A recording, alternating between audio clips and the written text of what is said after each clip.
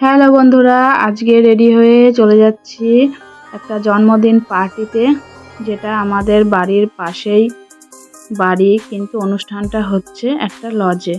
আর লজটাও আমাদের বাড়ির ঠিক কাছেই, সুপার মার্কেটে। বাড়ি থেকে 5 মিনিটের হাঁটা রাস্তা। তাই সবাই মিলে হেঁটেই চলে আসলাম এই জন্মদিন পার্টিতে। দেখতেই পাচ্ছ, এটা হলো গেট। কত সুন্দরভাবে গেটটা ডেকোরেশন করেছে, তাই না? খুবই সুন্দর লাগছে, মনে হচ্ছে পুরো বিয়ে বাড়ি। যাই হোক, দারুণ লাগছে। বাচ্চাটা 5 বছর পূর্ণ হলো, তাই এত বড় করে জন্মদিন পালন করা হচ্ছে। তা এসেই যার জন্মদিন তার দিদির সাথে দেখা হয়ে গেল। সে বলছে, কাকি একটু ভিডিও করো আমাকে নিয়ে। তাই ওকে নিয়ে একটু ভিডিও করে ফেললাম, দিয়ে ভেতরের দিকে যাচ্ছি। তা দেখো কত সুন্দরভাবে ডেকোরেশন করেছে চারিদিকটা, তাই না? খুবই সুন্দর লাগছে চারিদিক। আর এই যেখানে একটা গণেশ মূর্তি, আর এইটা হলো যার জন্মদিন তার জেঠি। সে বলছে যে বাড়ির পাশের মানুষ, এত দেরি কেন? তা বললাম আমরা যে ট্রেন ফেল করেছি, তাই এত দেরি। তা যাই হোক, এসে তো ভিতরে ঢোকা চান্সই পাচ্ছি না, এতটাই ভিড়, এত মানুষের ভিড় হয়েছে যে ভিতরে ঢোকার চান্স পাচ্ছি না। ওদিকে সব ফটোশ্যুট চলছে, খুব সুন্দর ডেকোরেশন করেছে, যার জন্য সবাই ফটোশ্যুট করতে ব্যস্ত। আর এই যে এটা হলো ও যা বার্থডে বয়ের বাবা, আর এই যে এইটা হলো আমাদের বার্থডে বয়, আর এই হলো তার বাবা মা। দেখেছো, এটা হলো ওর বাবা মা, আর এই যে কোলে বসে আছে এটা হলো আমাদের বার্থডে বয়। তা আমরা ওই গিফট দিয়ে একটু ফটোশ্যুট করে চলে এলাম একেবারে খাবারের জায়গায়, কেননা এখান থেকে আমাদের যেতে হবে কন্যাযাত্রী। আমার ভাসুরের মেয়ের বিয়ে হয়েছে, তারই কন্যাযাত্রীতে যাব আজকে। তার জন্য আমরা এখানে এসে বেশি সময় নষ্ট না করে তাড়াতাড়ি খাওয়া দাওয়া করতে বসে পড়েছি। আমার ননদ, আমি, তোমাদের দাদা ভাই, আমার ছেলে, 4 জনায় একটা টেবিলেই বসে পড়েছি। খাওয়া দাওয়া শুরু করব। সবার আগে এই যে দিয়ে দিয়েছে পাতা আর লেবু, আর বসে রয়েছি, দেখি কখন খাবার আসে। তা বলতে বলতে এই যে সবার প্রথমেই চলে এলো চিকেন সাটে, যেটা তো খুবই ভালো লাগলো আমার খেতে।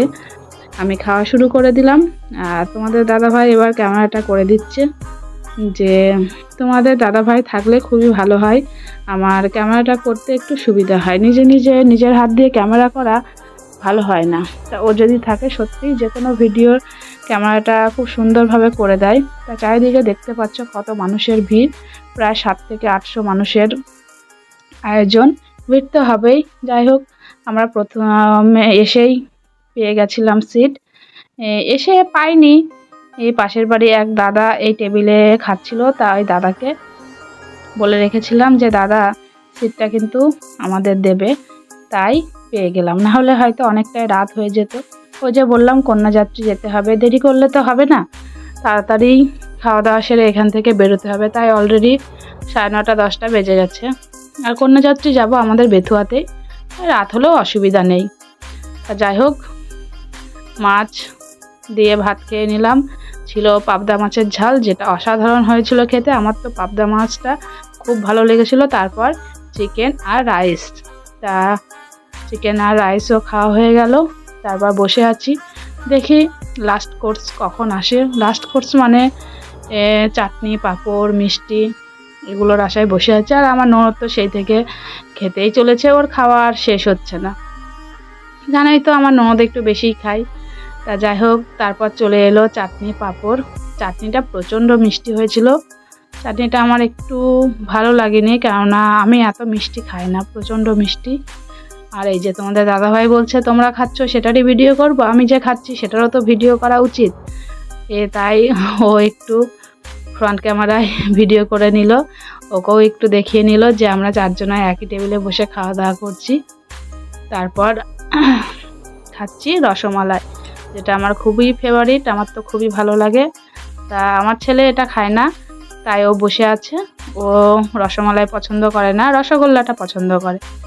যাই হোক, খাওয়া দাওয়া সেরে এবার বাইরে বেরিয়ে পড়লাম।